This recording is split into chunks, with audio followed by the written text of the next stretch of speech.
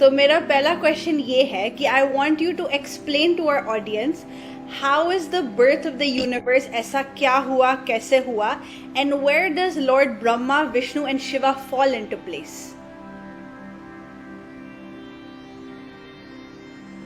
Right. So, Lavisha, a lot of people have questions about this, about the origin of the universe, right? So, there are different stories given in the Purans about how creation happened. Mm-hmm. But the oldest one comes from the Rig Veda, which is the oldest text of Hinduism. And it talks about a cosmic Purush, which is the primeval god. He's called the Adi Purush, the first being. And, there's a Purush Sukta, which actually tells us that, there was nothing existing, in this universe except this cosmic Purush.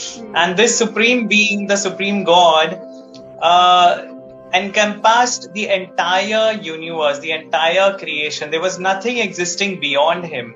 Mm-hmm. And it was from this cosmic Purush that another being, the first mortal being, was born. Mm-hmm. And this mortal being started creating, the different planets, the lokas, etc., where, life could begin. Mm-hmm. So, the Vedas, give us stories in a very cryptic fashion. They don't give too many details.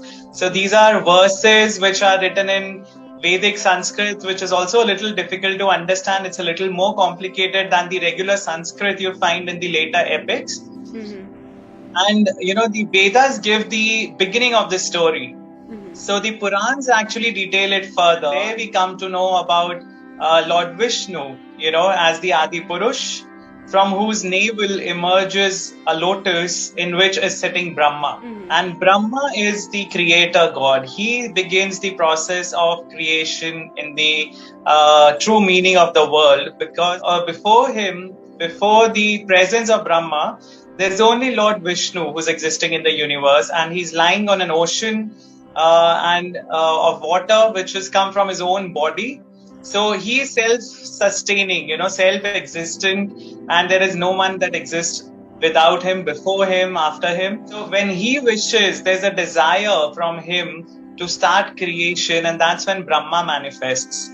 And Brahma then starts creating the different planetary systems, the galaxies, the lokas, the entire cosmos, the entire universe comes from there. And from Brahma's forehead emerges Shiva or Rudra, so which is the destructive force, which will destroy all that is old and decaying. As Brahma keeps creating, there will be things that will need replacement, right? So that's the purpose of Shiva.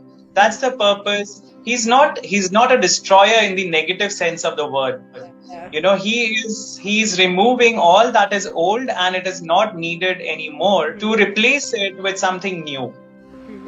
So that is the whole, and Vishnu is the preserver. So Brahma is the creator, Shiva is the destroyer, and in between, when the entire creation of cosmos is existing, it's thriving, it's growing, it's expanding, it's the job of Lord Vishnu to manage it. He's the preserver, he's the manager of the universe.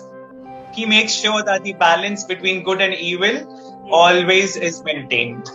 So that's the short story.